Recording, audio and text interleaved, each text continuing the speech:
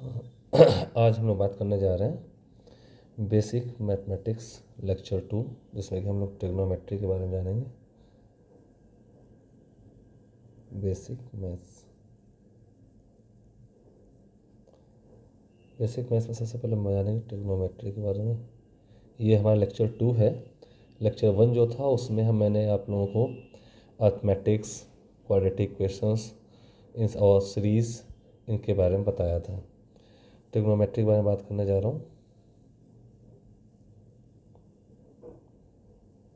Trigonometry, तो सबसे पहले हम बात करते हैं एंगल के बारे में बात कर लेते हैं, क्योंकि एंगल ही बहुत इंपॉर्टेंट टर्म है। एंगल अभी के लिए हम लोग सिर्फ दो टाइप के वैसे एंगल होते हैं। एक होता है plane angle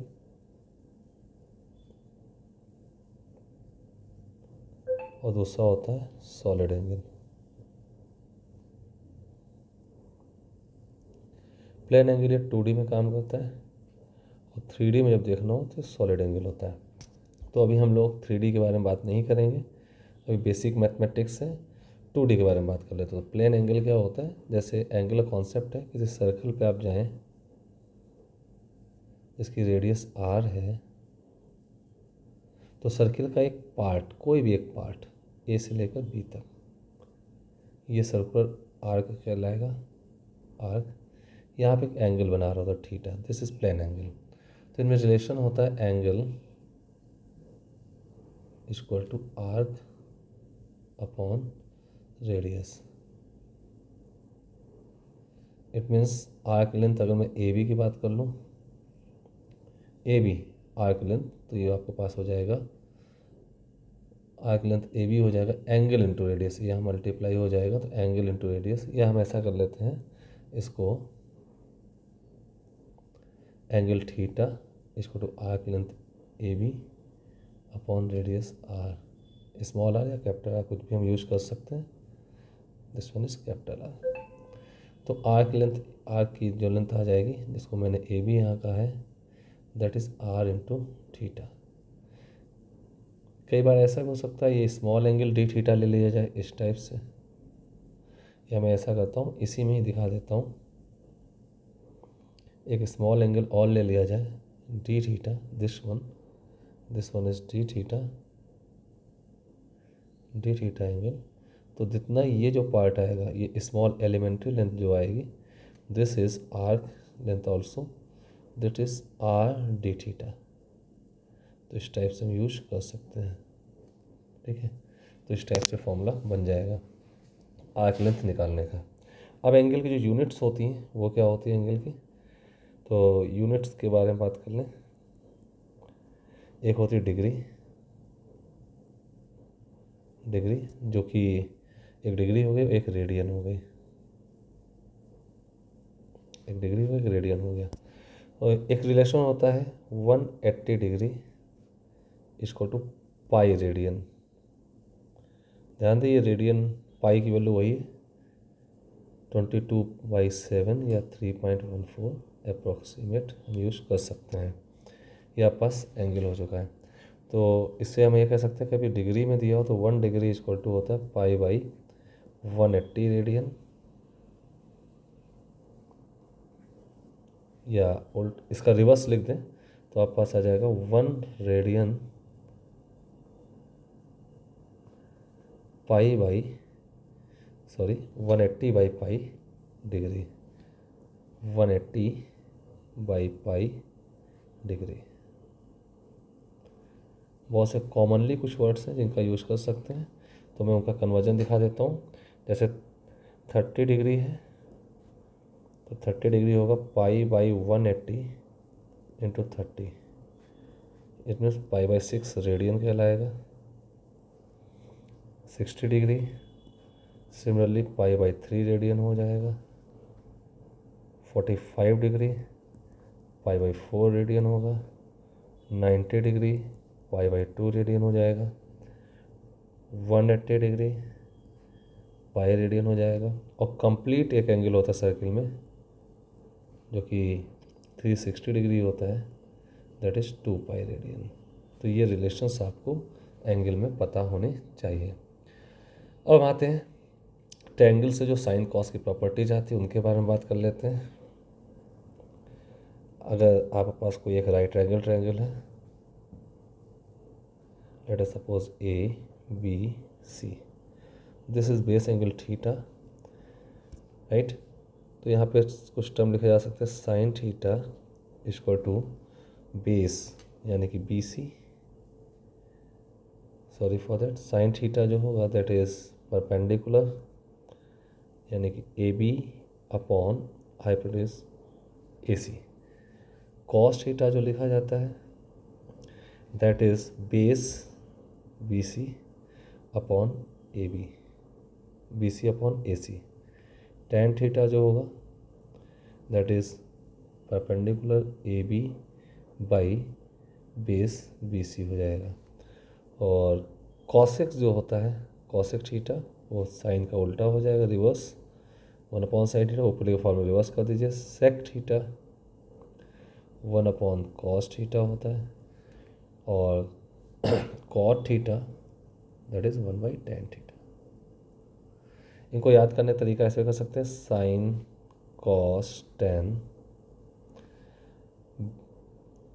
perpendicular upon hypotenuse, cos theta base upon hypotenuse, and tan theta आपको हो जाए परपेंडिकुलर अपॉन बेस हो जाएगा। इस टाइप से आप इसको याद भी रख सकते हैं, ठीक है। तो इस टाइप से हम इसको यूज़ कर लेते हैं, आगे बढ़ते हैं। अब आपको यहाँ पे कुछ वैल्यूज़ पता होनी चाहिए, तो एफ यू वैल्यूज़ मैं आपको दिखा देता हूँ।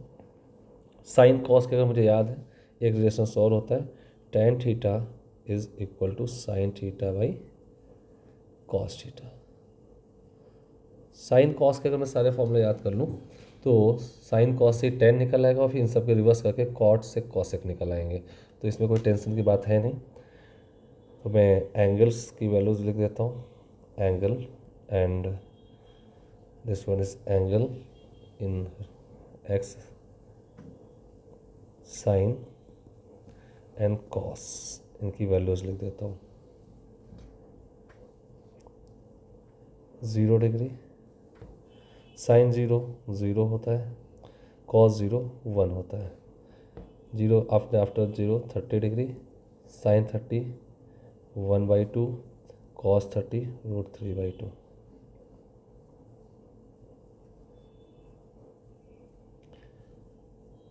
थर्टी 30 के बाद 45 आप जानते हैं, 45 डिग्री, 45 डिग्री की 1/√2, 1/√2। साइन 60 डिग्री, 60 डिग्री आप जानते हैं, √3/2, cos 60 1/2। Then after 90 degree, sine 91, cos 90 0.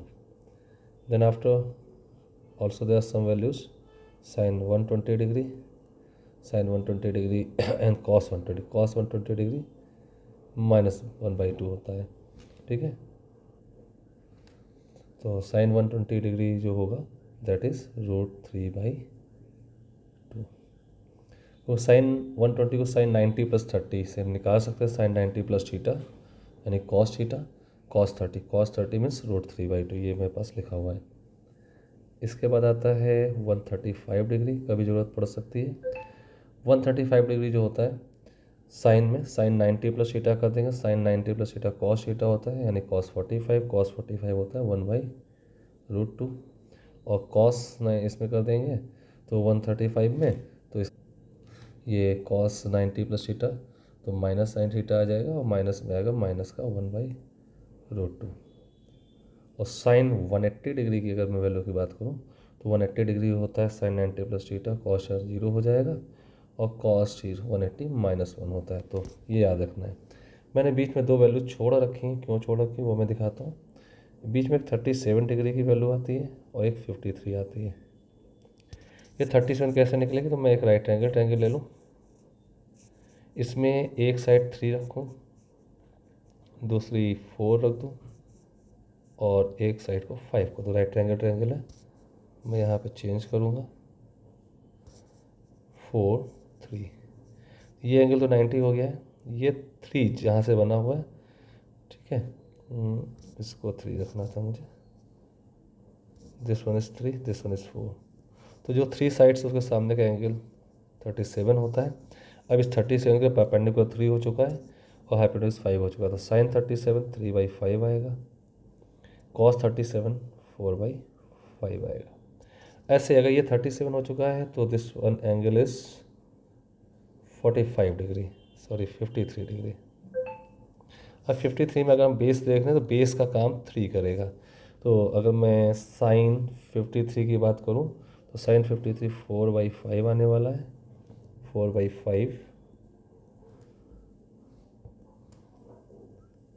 This one is 4/5 and 53 of the cos is 3/5। तो ये वैल्यूज़ आपको याद होनी चाहिए, कई जगह पे यूज हो जाती हैं।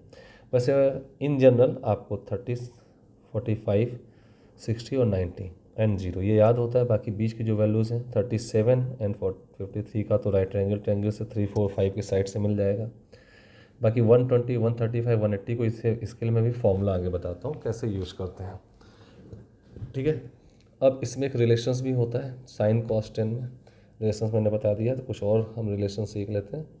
वो कैसे आएंगे, जैसे कि एक फॉर्मूला होता है sine square theta plus cos square theta equal to 1। ये भी राइट एंगल ट्रायंगल से प्रूफ हो जाता है, इंपॉर्टेंट फॉर्मूला याद रखना है। फिर कुछ फॉर्मूले और आते हैं, जैसे sign A plus B, A plus B, sign A plus B होता है sine A cos B plus cos A sine B, sign A cos B plus cos A sine B. अगर यहाँ पे प्लस की जगह माइनस लिखा है तो भी हम फॉर्मूला बता देंगे। थर्ड फॉर्मूला कॉस का हम पहले दोनों से एक लेते हैं। कॉस ए प्लस बी का जो फॉर्मूला होता है वो होता है cos A cos B minus sign A sine B. अब यहाँ पे अगर माइनस आ रहा है तो ये माइनस हो जाएगा, जस्ट अ मिनट, और अगर यहाँ पे माइनस है तो यहाँ पे प्लस हो जाएगा। It means cos A minus B की वैल्यू जो है cos A cos B plus sine A sine B हो जाएगी। ये फॉर्मूले हमको पता होने चाहिए और इसके बेसिस पे हम बहुत चीज़ें यूज कर सकते हैं। तो चलिए एग्जांपल ले लेते हैं। जैसे मैंने यहाँ एग्जांपल लिया, मुझे वैल्यू चाहिए थी साइन 120 डिग्री की, साइन 120। तो इसको मैं ऐसे दो एंगल ब्रेक करें जिनकी वैल्यूज हम जानते थे, 90 प्लस 30। तो ये आपके पास आ जाएगा अकॉर्डिंग दैट फॉर्मूला, ए की वैल्यू 90 होगी, बी की वैल्यू 30 हो, तो sine A sine 90 cos 30 plus cos 90 sine 30। तो यहाँ पास है साइन 91 हो चुका है, कॉस 30 √3/2 है, प्लस कॉस 90 0 होता है। It means this is √3/2। और ये मैंने ऊपर एक वैल्यू लिखी हुई है, देखिए 120। ऐसे आप 135 भी निकाल सकते हैं और 180 भी निकाल सकते हैं। तो ये फॉर्मूला है, आप इसको याद कर सकते हैं। ए प्लस बी का भी, ए माइनस बी का भी, इनका यूज हो जाएगा। चलिए एक एग्जांपल बाद मैं दूसरा ले लेता हूँ, फॉर्मूला नंबर 4। फॉर्मूला नंबर 4 हमारा है, जैसे साइन 2a के फॉर्मूले यूज होते हैं। साइन 2a, ये दो मेरे बेसिक फॉर्मूले मोस्ट इम्पॉर्टेंट हैं, याद रखिएगा। इन्हीं से ही सारे फॉर्मूले मैं बनाऊंगा जो अभी स्टार्टिंग क्लास 11th में आपकी फिजिक्स में यूज होंगे। साइन 2a का फॉर्मूला, इसको मैं लिख सकता हूँ साइन a प्लस ए। अब कंपेयर करिए, सेम ऊपर वाले फॉर्मूले से ही ये चीज़ें यहाँ यूज हो जाएंगी। ए की जगह भी ए होगा, बी की जगह भी ए होगा। तो ये आपके पास आएगा साइन ए, कॉस बी की जगह भी ए आ जाएगा, cos A plus cos A sine B की जगह भी ए आ जाएगा। It means this equal to twice of sine A cos है, 2 साइन ए कॉस है, दो टर्म आ चुके हैं। ये फॉर्मूला बन गया है साइन 2a का। ये भी अपने आप में इम्पॉर्टेंट है, कई जगह यूज होगा। अब इस पर मैं आपको बता दूं, नॉट ओनली दिस कि आपका सिर्फ 2a हो तभी ऐसा होगा। जैसे मैं एग्जांपल यहाँ ले लूँ, कहीं लिखा है साइन ए, सिर्फ ए लिखा है। जैसे यहाँ 2a था तो साइन में और कॉस में इस एंगल का हाफ आया और फिर डबल हो गया, टोटल का 2 टाइम्स। तो ऐसे में 2 टाइम्स लिख सकता हूँ, जो ये एंगल उसके हाफ साइन और कॉस में लिख दूँ, साइन A/2 कॉस A/2 भी लिख सकता हूँ मैं ऐसे। तो ये रिजल्ट भी यूज़ किया जा सकता है, ठीक है। और इस रिजल्ट का यूज़ और भी कई एंगल निकालने करते हैं, तो अभी हमें ज़रूरत है नहीं। फिफ्थ फॉर्मूला, अगर मुझे cos 2a चाहिए तो इसको मैं लिख सकता हूँ cos a + a। cos a + a लिख सकता हूँ। cos a + b का फॉर्मूला देखिए ये लिखा हुआ है ऊपर यहाँ पर, ठीक है। तो इसका यूज़ कर लेंगे तो हमारे पास आएगा cos a, cos b की जगह भी a आ जाएगा, minus sine a, sine b की जगह भी साइन a आ जाएगा। तो ये हमारा फॉर्मूला बन जाएगा cos 2a का cos square a minus sign square a। ये एक पहला फॉर्मूला है इसका फर्स्ट पार्ट। cos 2a के 3 फॉर्मेट होते हैं फॉर्मूले के। जैसे अब ये इसमें cos 2a के फॉर्मूला cos a और साइन a दोनों टर्म में आ रहा है। अगर मैं यहाँ जानता हूँ sine square a plus cos square a equal to 1, मैं ये पूरा फॉर्मूला cos में ही चाहता हूँ, तो मैं साइन स्क्वायर a को सब्सटीट्यूट कर दूँगा 1 माइनस कॉस स्क्वायर a। तो यहाँ पे हमारे पास बन जाएगा cos square a as it is रहेगा minus 1 minus cos square a। Bracket open करें तो ये कॉस प्लस का बन जाएगा, तो ये आ जाएगा 2 कॉस स्क्वायर a था, 2 कॉस स्क्वायर a माइनस 1। ये इसका सेकेंड फॉर्मेट हो जाएगा। पूरा कॉस के टर्म पर है, ये पूरा साइन के टर्म पे था। अगर मैं चाहूँ कि नहीं मुझे साइन के टर्म पे चाहिए तो cos 2a का एक फॉर्मूला और आ जाएगा। इसी सेम फॉर्मूले में मैं यहाँ कर दूँ रिवर्स, cos को इधर साइन हो जाए तो cos स्क्वायर a सब्सटीट्यूट कर दूँ 1 माइनस साइन स्क्वायर a। तो cos की जगह लिख दूँगा 1 minus sign square a equation number 1 पे, और minus sign square a। This becomes 1 minus 2 sign square a। ये आपके पास cos 2a का एक नया फॉर्मूला थर्ड फॉर्मेट आ जाएगा। तो तीनों ही फॉर्मेट आपको याद रखने, फर्स्ट सेकेंड एंड थर्ड। ये cos 2a का आ जाएगा। रही बात tan के फॉर्मूलों की, तो tan के फॉर्मूले हम कहीं से भी यूज़ कर सकते हैं। जैसे 6 नंबर में लिख दूँ tan 2a हमें चाहिए, तो आपके पास sin 2a का फॉर्मूला है, cos 2a का फॉर्मूला है, डिवाइड कर दें you will get the tan 2a, ठीक है।